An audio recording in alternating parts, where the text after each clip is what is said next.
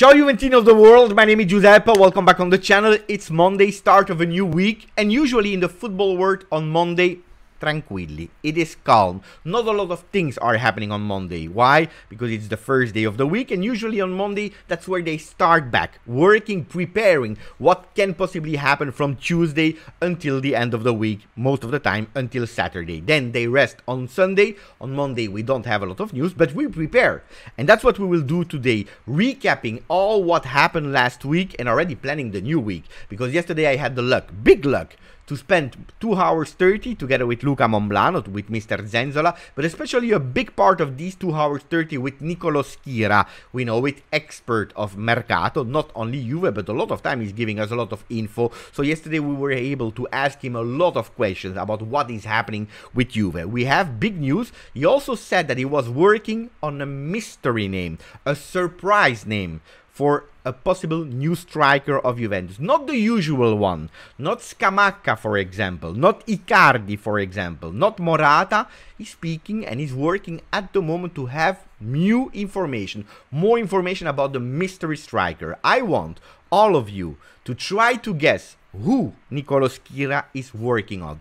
What is the player that Juventus is working behind the scenes without at the moment any leak? I'm curious, let me know in the comments. We will recap all what Nicolo and Luca Momblano said. Remain on the channel with a maximum of like, subscribe if you didn't yet, and notification ring on. We start.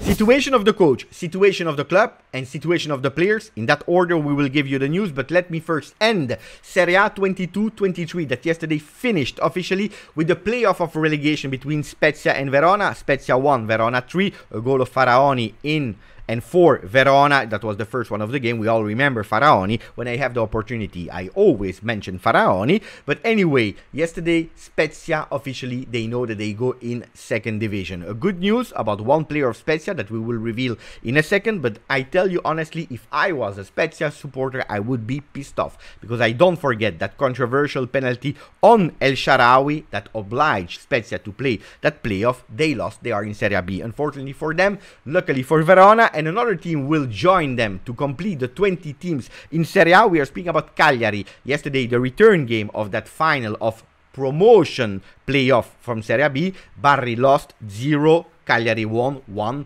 with a 94th minute goal of Pavoletti. There was a full stadium yesterday in Bari, 58,000. It's a pity for them because it's a team that for sure with their supporter they deserve Serie A. It is what it is. They will stay one more year there. Principe Ranieri, the Prince Ranieri, ex-coach of Juventus. We all remember that season where we were wearing that away golden shirt with Alessandro Del Piero going out of the Bernabeu after scoring beautiful goals and that big standing ovation. Well, Ranieri should be again the coach of Cagliari in Serie A. He did it again yesterday. He was crying. Just want to mention something fantastic for Ranieri yesterday. There were the Cagliari supporters after winning that were actually whistling the Bari supporters, telling them and mocking them, saying Serie B, Serie B. Ranieri, as a real prince, as a real man, he went under the curva of Cagliari saying no, stop, cheer for your own team instead of supporting against the other ones. Anyway, the first thing we have to speak about is the coach, Massimiliano Allegri. Yesterday, there was that picture that started to be everywhere on social media of him on holiday with someone that at that moment nobody know. If you follow the Telegram group, I told you in a microsecond who was that guy. We found back the name, and I also could tell you that it was not just a guy, it was an agent. So attenzione, he's not there to be the link between Massimiliano Allegri and the offer from Saudi Arabia. It is Martin Riha. That is, yes, a sporting agent, but his most valuable player is Dennis Perat, that is now playing at Leicester in Premier League. Not really something I really believe that it was a coincidence. Martin Ria on holiday is there, but now we have a confirmation. Max Allegri is not in Livorno where he's coming from. He is really in Monte Carlo. So the voices of that offer from Saudi Arabia, a possible meeting with Max Allegri, are correct, confirmed by Momblano yesterday, but also confirmed by a lot of ordered journalists. This morning, latest, Romeo Agresti came back from holiday and he confirmed on his YouTube channel, yes, the offer is real. There is something concrete. That doesn't mean that Massimiliano Allegri will accept it. Momblano yesterday told me live that the first offer was of a 2 + 1 year of contract of 20 million, 20 million, with a possible third year at 20 million, a total package of 60 million euro with Max Allegri and his entourage that listened to be polite but already refused it. But apparently there is an increase in that offer because Saudi Arabia, they really want to have the best players, also the renowned coach. I know what you will tell me in the comments about Massimiliano Allegri. Let's not forget about this curriculum vitae, but Saudi Arabia is really trying to import a lot of known coaches and players. That offer could really be close to 100 million euro. A 3-year contract of 30. That's a total amount of 90 million euro. There is one thing. If it doesn't happen, if Max refuses, nobody can tell me on the channel anymore Max Allegri is thinking only about the money. That excuse will totally disappear. That doesn't mean that he's staying because of the love or whatever. If we go to the romantic side, you can even say it. He's a Juventino, he wants to stay, he wants his revenge, he wants to show that he's not a finished coach, he wants to bring back Juve to glory. And then you have the other one, the most rational one, the one that he always said he wants to stay close to his family. And knowing Max Allegri is not the coach that loves this big journey, this big adventure. Then you will tell me, Beppe, it's crazy. How do you refuse 90 million euro? Well, I tell you, when you propose me or you offer me 90 million euro with the salary I have today, probably I will say yes. For 3 years, 90 million euro, why not? I would be super happy. It would be difficult to refuse. But if someone is already having his comfort zone, already earning million and so on, it's difficult to move. Anyway, let's see. At the moment, I tell you, I don't really believe in that. Then there is always Paris Saint-Germain. Paris Saint-Germain, the last time who chose the coach, it was Campos, the sporting director, and mostly at Paris Saint-Germain, like Luca Momblano told me, it's 1 year. It's the sporting director that is choosing the coach, and then when it flops, it's actually the owner of the club that is choosing. And at the moment, they are going for a Nagelsmann, even if they are not 100% sure, because there are problems with Bayern Munich. Paris Saint-Germain doesn't want to pay that release clause of 10 million euro because they are saying you already dismissed him. Anyway, too much information that we don't care about, but pay attention to Paris Saint-Germain. Who knows if the B plan is really for Max Allegri? Juventus was already in a financial difficult situation. The words of Scanavino were confirming it. Financially, it is not an easy task at the moment. Well, apparently Juventus, in the books, we are still in a negative between 100, 120, even maybe 150 million euro. Without thinking about Champions League. With the fact that we are officially out of the Champions League, and we are speaking about that minus 10-point deduction, well, we are losing even more money. Juventus would be today, if you are taking a picture, at the minus 170 million. With the ownership, the stakeholders that are all saying we could potentially in that first year even accept a negative in the books of minus 50 million. So that means that more or less Juventus needs to come back with 100 million euro. How can they do it? Cutting big salaries, selling other players, and that's why we always told you, attenzione, because the Mercato will not be a huge one. Don't expect the big names, but it should be a creative one like we did in 2011, 2012 with Antonio Conte. Names that were there with the minimal objective, of course, to enter the top 4 to participate to Champions League, but then who knows if the alchemy is there, if everything is working, is that revenge sense that you have in your heart can maybe make you overachieve. That doesn't mean that Juventus doesn't want to compete for Serie A. Of course, that's the dream, that's what they want to try. But realistically, keeping the feet on the ground, the Mercato will not be a huge one. And now we go to the names. The names that could potentially leave, the one that you will be sad about, probably, on top of a Dusan Vlahovic, on top of a Federico Chiesa, which Nicolo Schira yesterday explained really well the situation. It's not that Juventus wants to sell Chiesa at any cost. It's not that Chiesa wants to leave Juventus at any cost. The problem is that Federico Chiesa has a contract until 2025. So two years from now on.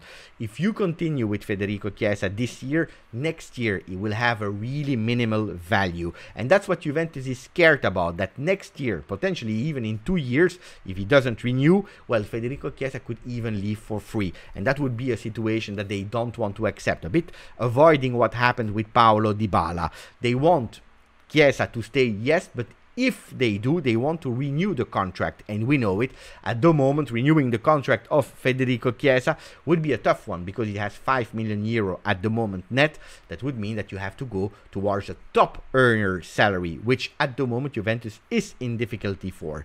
So that was explained by Nicolo Schira, but the names that could leave on top or in alternative of Chiesa, Vlahovic, have to pay attention to Szczesny, to Bonucci, to Pogba. Even if Pogba has not a lot of offers on the market, we know that we have to monitor it, because if an offer, a real offer arrives, maybe from Saudi Arabia, well, Juventus would think about it. And then you have Kostic. Kostic, a name that surprised me, but apparently Kostic could be a name that, if an offer arrives, can also possibly leave. If I'm thinking logically, if I'm putting 1 + 1 + 1 + 1, well, I'm thinking that Juventus is going more and more towards a 4-3-3. A 4-3-3 where Kostic would not be an essential part, remaining with Ealing. And that's the question that I asked to Nicolo Schira and to Luca Momblano. What is the way of playing of next year? What are the names that we want to go for to reinforce Juventus in the fullbacks? Because that's an important thing that Juventus never addressed in the last few years. And more we have these kind of names. Today Tuttosport is giving us 3 names, for example. Parisi could be an important one. Left back, Italian player. We have already some open talks with Empoli, De Winter, for example, but also other players like Sule. Then you continue with Mazzocchi, that is playing on the right side from Salernitana, a player that we already talked about yesterday. But there is also Missori from Roma, a young player, not for the first team, for the next gem, with open windows towards the first team. So 3 Italian names, 3 Italian guys that could potentially be linked to Juventus, or where Juventus could potentially go for. In addition to non-Italian players, but still from Italy, we are speaking about Singo, where there is already a price tag from Torino, 15 million euro, or Hulm. I told you, Spezia yesterday, leaving Serie A. Well, Juventus can maybe negotiate a starting price of 8 million euro, going towards a 5 or 6 million offer for the player that has been studied from Juventus since a lot of time. Guys, we continue with other news, because we have some. Nicolo Schira, he spoke about Juventus working on a secret striker.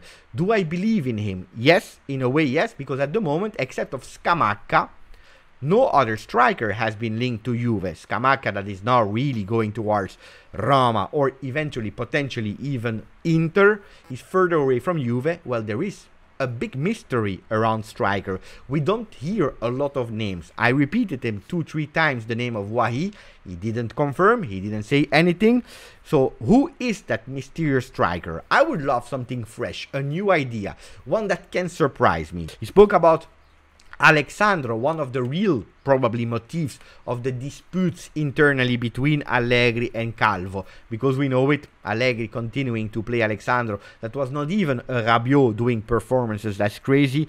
Well, now the automatical renewal was done, and now they will try to sell him, and that can be a difficult situation for Juventus. He spoke about Vlahovic. Yes, he's a target of a lot of teams, because he is officially on the market, linking with the words of Momblano that you have to come back with 100 million euro. Well, Vlahovic is one of the big names. Then he confirmed about the talks with the angels of Gnonto and Zaniolo. Zaniolo, always a difficult situation, even if we know that he wants to come back in Italy, but Gnonto could be a surprise. Not the surprise mystery striker, because Gnonto is not a first striker, but can potentially be a name that is making Juventus curious, that can maybe give a bit of enthusiasm for Juventini. A lot of things had been said yesterday between Momblano that was also confirming that a lot of persons from the staff of Juve could potentially leave, like Padoin, because he received apparently an offer from Serie A to become vice coach on the bench, which would be a beautiful promotion for him. So a lot of things has been said of that Sunday where probably nobody was working. We talked, we put everything, and from now on, we start working again. With probably this evening already, new fresh news. Who would be the most concrete one? Will we go towards a 4-man defense with the names of Mazzocchi, with Parisi, with Hulm, with Singo? What will happen with the contract extension of Quadrado? Ragazzi, a lot of things can happen this week. What happened with Max Allegri? The big question mark from all Juventini. Maximum flies. Subscribe to the channel. Grazie, forza. Juve.